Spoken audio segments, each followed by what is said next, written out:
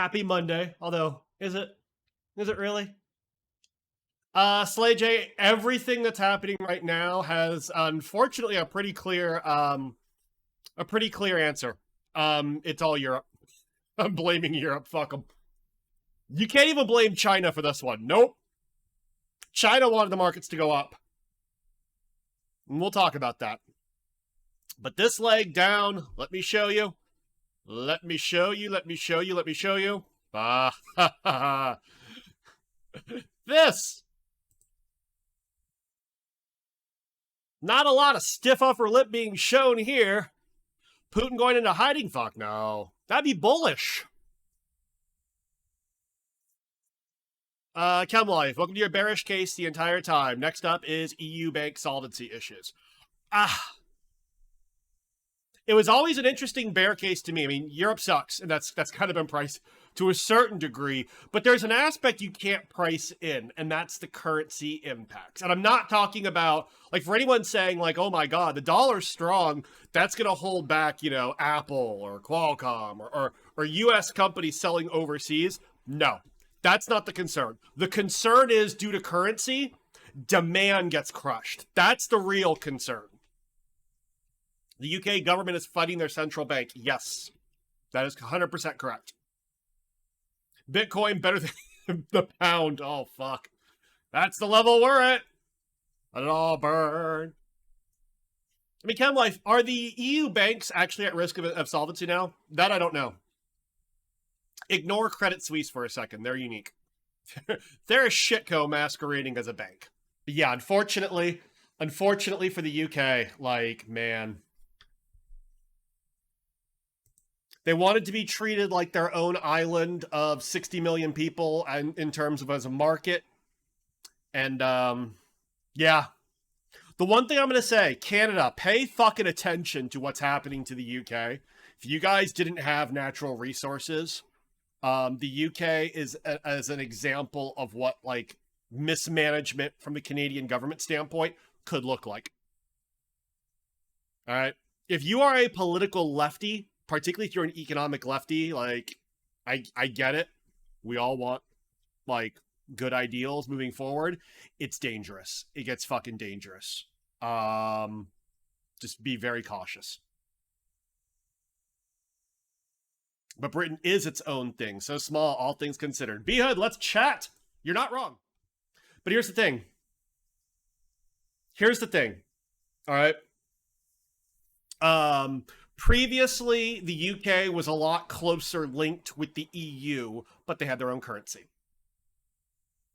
When they separated themselves, part of the problem is that they basically cut, or traditionally, the UK had kind of this unique scenario in which they gave up a little bit of their sovereignty towards the EU, meaning the EU can make some rules, decisions, things like immigration, open borders, etc. But in return, they were closely integrated into the EU economy. And you might sit there and say, the EU economy sucks. Yeah, but there was a reason London was like number 2 or number 3 in terms of global financial center, because you could basically locate your financial sector over in London and you had full access to the European Union. Now you don't.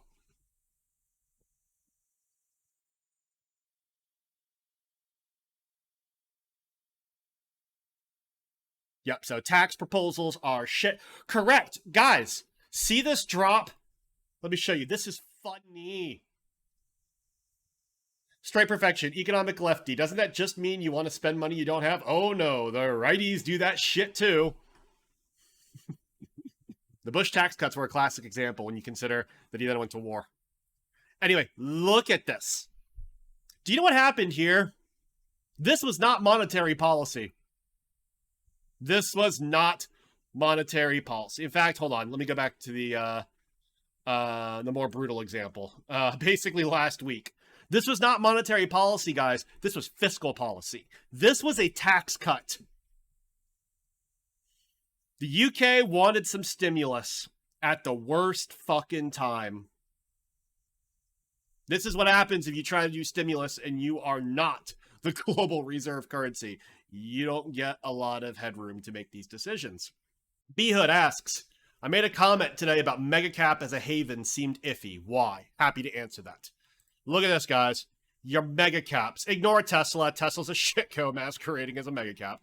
But generally speaking, you have mega caps that are roughly flat. You're probably seeing more inflow because they're defensive. Here's why I think that is, quote, iffy. JB Ghost. I think your username sounds fine. It's okay, my friend. There was an old rave DJ named JB Smooth. So whenever I see like JB something, I always think back to that. Anyway, going back to B-Hood. Here's my personal concern.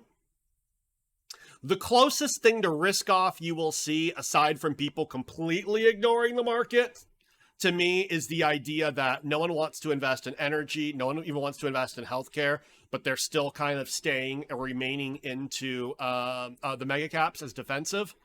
It's to me, it's a great, like, it's not the worst risk off scenario. It's a bad risk off scenario to me. It means no one wants to stick their neck out. Remember, no matter how bad you think the economy is going to go, Microsoft economically is fine. Apple economically is fine.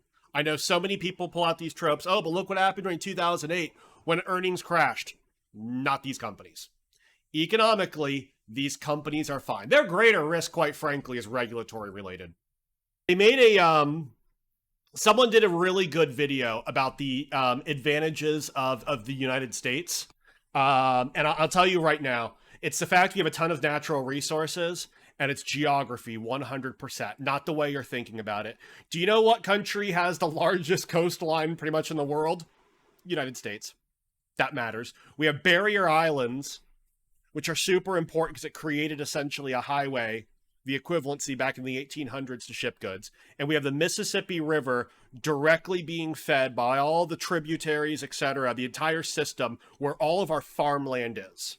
So it turned the U.S. into what's called an agricultural, real-life lore. Thank you, Jordy Botto. It's real-life lore.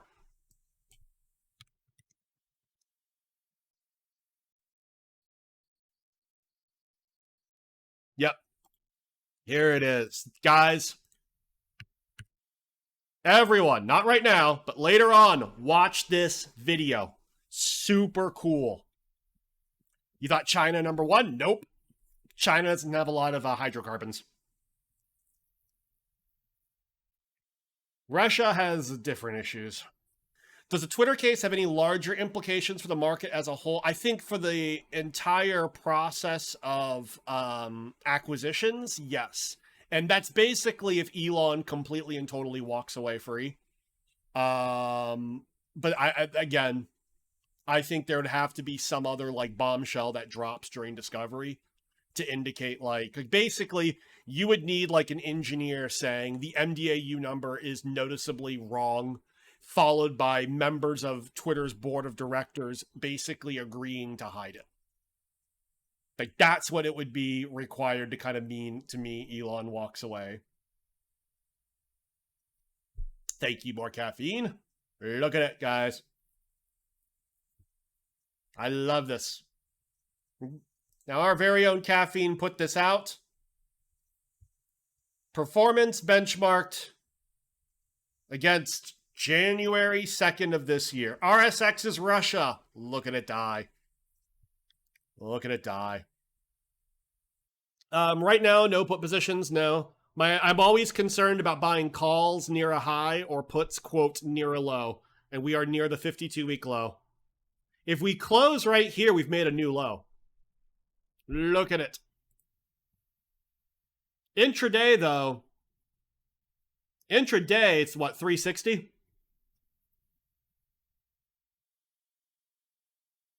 Oil thoughts, not positive. I do not like oil right now. I want to wait. It's hard to get any beat on the future because of the Fed. Remember, what's changed this week, say, versus 2 weeks ago? The Fed basically, I always had the belief, like a lot of other people, that the Fed was going to look for inflation to come down, and then at the least they would stop hiking. The economic projections they put out last week are a game changer if you're a bull. Because basically, it says they will see inflation. In fact, they expect inflation to go down sharply before the end of the year, and they're still hiking rates anyway.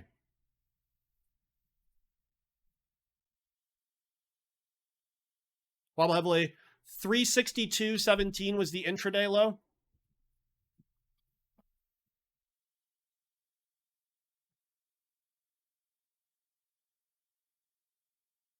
Bees Dad, thanks for your advice on the job offer. You negotiated a higher signing bonus, took the offer, and putting.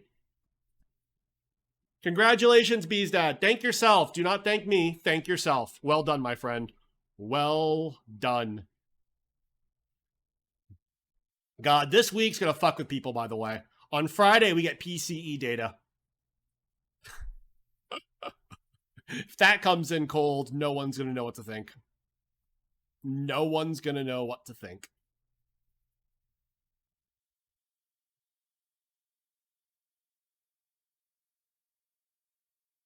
By the way, guys, this is based on a bit of a conversation I had yesterday in VTARD, just to make sure you guys know it. Nominal GDP versus real GDP. All right.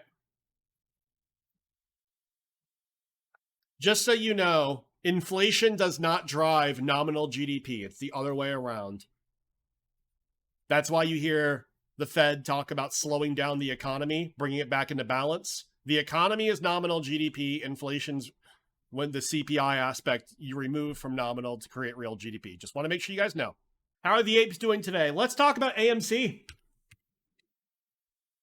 I'm surprised. First of all, it's down 10%. Like, oh, savage.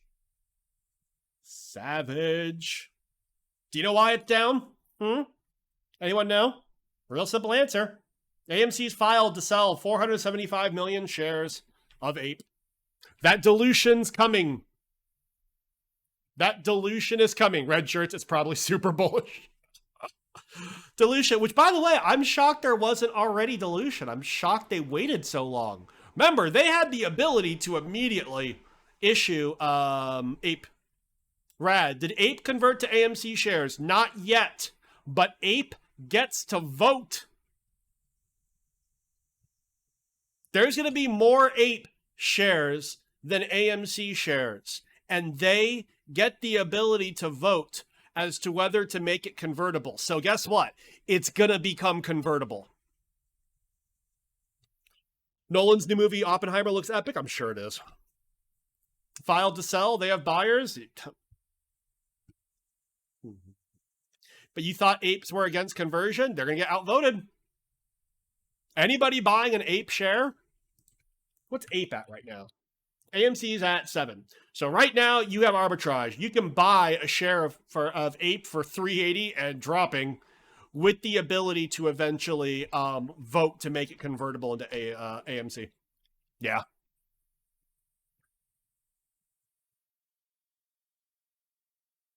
Last Standing Bear wrote something about dilution being accretive. Oh, God. Don't use confusing words, my friend. Yes, Air earnings are in 10 days. The Treasury, oh. Bonds are so fucked up right now. Oh, look at this. You have the VIX doing well. You have natural gas doing well. Coffee, canola, and the US dollar doing well. Everything else sucks.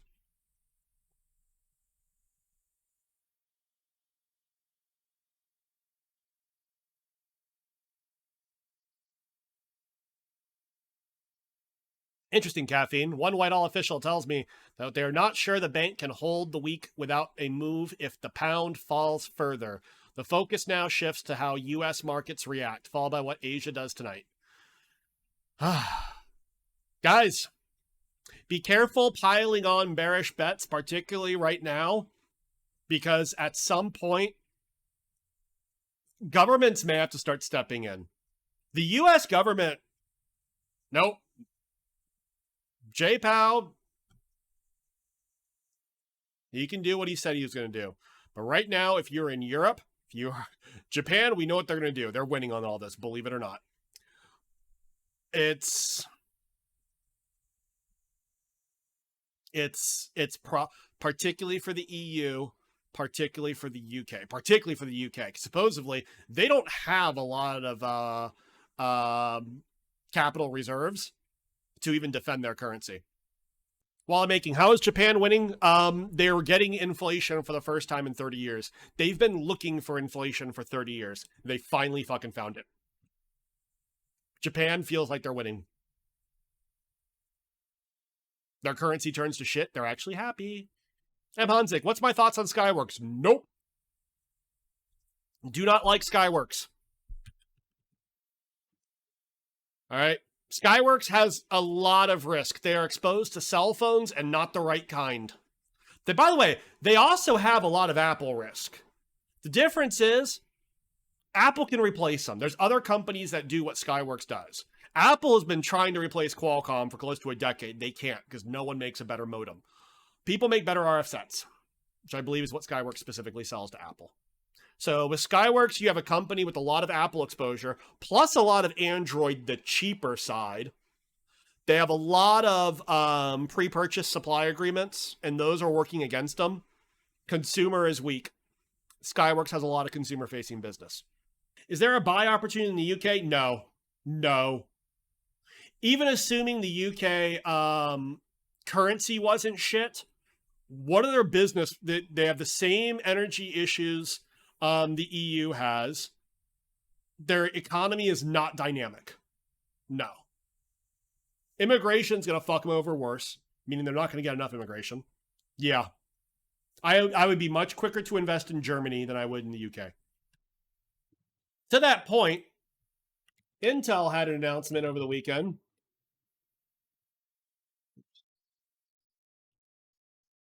I don't know if you guys spot this one. Intel has chosen the northeastern Italian town of Vigasio, I'm probably butchering it, sorry, for a new 4.5 billion euro, which is only 4.4 billion US dollars, chip packaging plant. This is such a bad call. Heads up, Euros, you're not going to like this. Why the fuck build an advanced packaging plant? High capital investment. It's going to require a lot of employees as well, in a place that every so often just loves throwing strikes for God fucking knows what reason. I don't get it. I don't get it. I do not think this venture will work well. While I'm making, what do you mean by import-export imbalances causing negative GDP? Sure. So basically, for a time period earlier on this year, supply chains were so broken, but you saw a lot more goods being shipped into the US than were able to be shipped out. So it created a big trade imbalance that actually worked against our GDP. So on our GDP calculations, you will subtract out the imports, but you add back in the number of exports. Because of supply chain issues, we weren't exporting a lot, but we were still importing a good amount. So it produced a one-time, like, real big negative GDP hit. If you took out import, export, and inventory builds, we wouldn't have had a negative GDP. But that's like saying if you take out, like, the boobs and butt, then the girl would be pretty good looking, right? So, oh God, Cass, yeah, super good question. In what way do global Forex markets affect the U.S. stock market for the short term? Here you go. It's a lot more complex, and no one shit on me for being too simple on this one. All right? The number one thing is that currencies themselves trade on, quote, supply and demand, usually on the basis of import-export balances. Okay? So if you're in the UK and you import a lot more goods than you export, you need that other currency, say US dollars, say euro, and you do that by using your own currency. So you buy or you sell your own currency. All right? So when you start seeing currencies get fucking destroyed, it creates a negative feedback loop where that currency gets cheaper and cheaper as outside sources then start selling. Usually governments prop them up by buying that currency.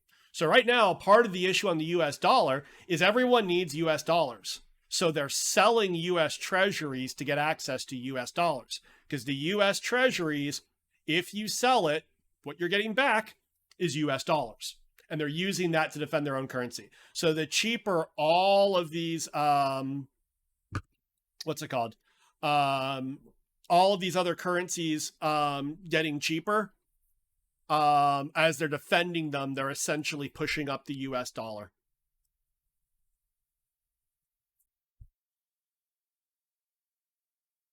What's this? Twitter volume on Musk, no deposition. Wait, what? No deposition? Hold on. Why? Hold on, guys. This might be big.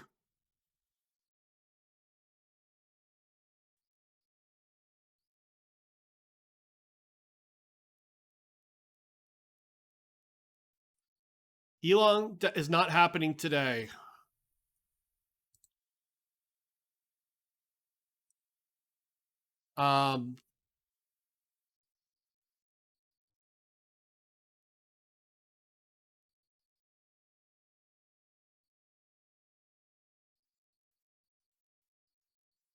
Wait, like, um,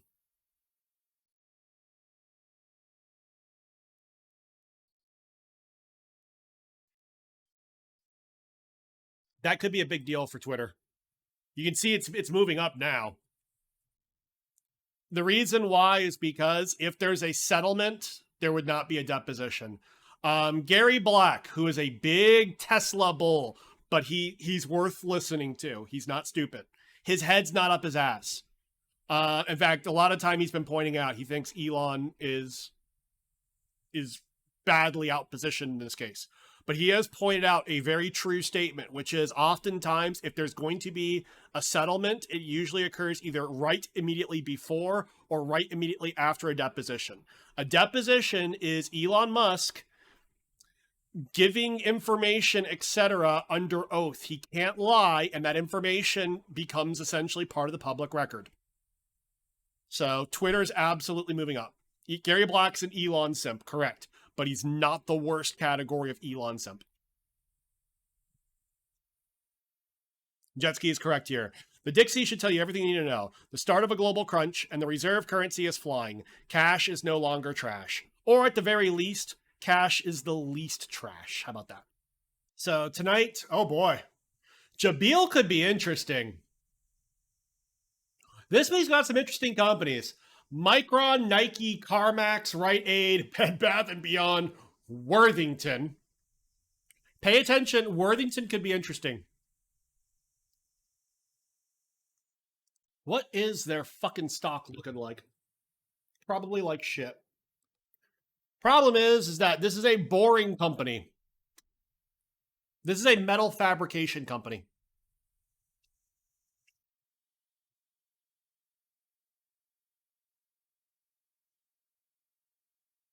Yeah. Problem is, no one will, like, they could beat, will anyone care? I actually think they would, I'd have reason to believe they would do well. I'm not going to play them, though. Cintas should probably be good. Jabil, though, is the interesting one. JBL, not like the wrestler.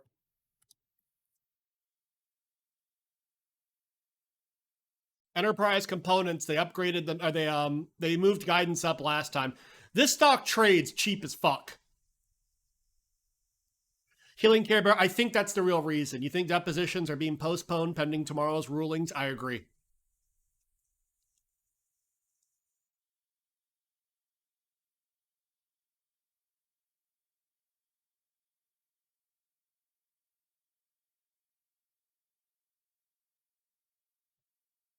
Forward PE is very good. If you believe it, it's $7. Sorry, 7 PE. This is a good company. It's a high quality company. I'll say that much. Whiskey Jack Black. One of my takeaways on Qualcomm presentation, very positive. I like their presentation a lot. I like their automotive strategy. The fact that in the span of a year, they've gone from 50 million cellular connected cars to 250 is a big deal. They didn't even talk too much about that. I loved it.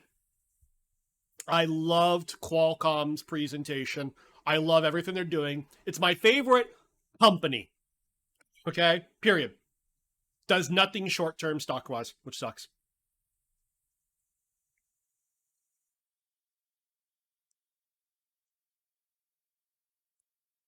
You know where caffeine?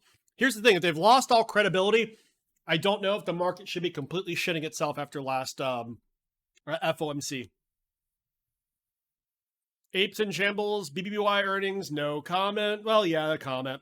They're going to suck. I have caddy issues. I love that name, by the way.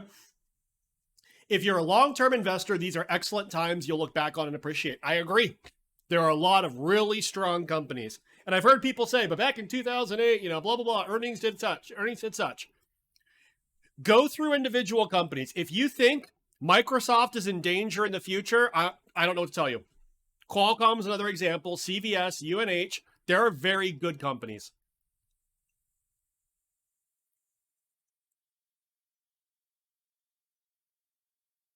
The problem is, you have to buy them and watch them get potentially redder.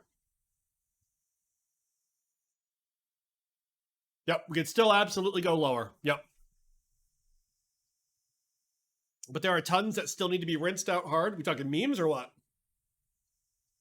Costco, to me, is still offensively priced.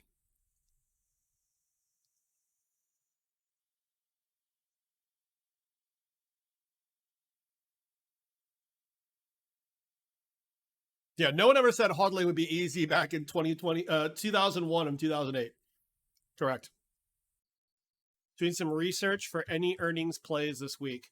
The interesting one, it's a small company, so I'm not sure if it'll matter. Worthington, WOR. That could be interesting. Micron, I'm curious how the market's going to respond to that. Micron should not have good news. If Micron goes up, it's really simple. It's valuation. It's people saying, like, all right, this company's basically said this is the worst they see it. And it's trading at like 10% over book value. Like, how cheap do we need that company to get, right? Or what? Do we think the world realize the world doesn't need more memory in the future? I would disagree with that. So yeah, that could be the interesting one.